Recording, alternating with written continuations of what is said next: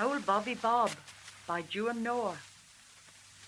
Have you ever heard tell of old Bobby Bob and his woman Margaret Ann?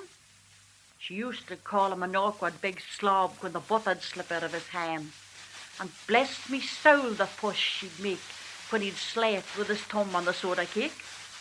Bobby Bob, thou slob, she'd bawl, wherever were they brought up at all. But Bobby would seldom answer her back, but ate to wait till his lips would smack. Don't noise like the muckin when they wait, and put thee skithin down on the plate. And Bobby would say that quiet and slow, I'm putting it where it was meant to go. Now Bobby wasn't a bad sort at all, but mighty fond of a drop for all. But they are saying our constant nagging and frown sent Bobby to town his troubles to drown. Oh, and then herself would be on his track to give him Kildare when he'd come back. But that's where Margaret Bach was stuck, like water on the wing of a duck. At last she says, I'll cure him though.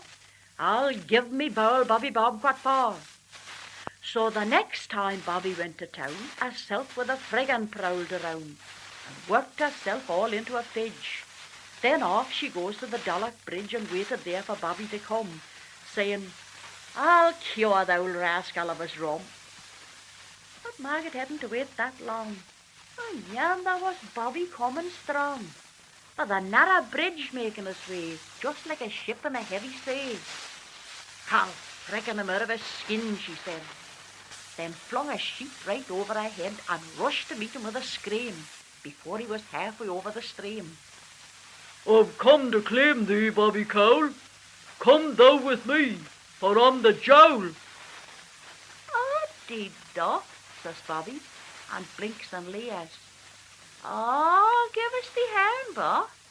Freckle? Oh, no fears. I've lived with thee sister for 40 years.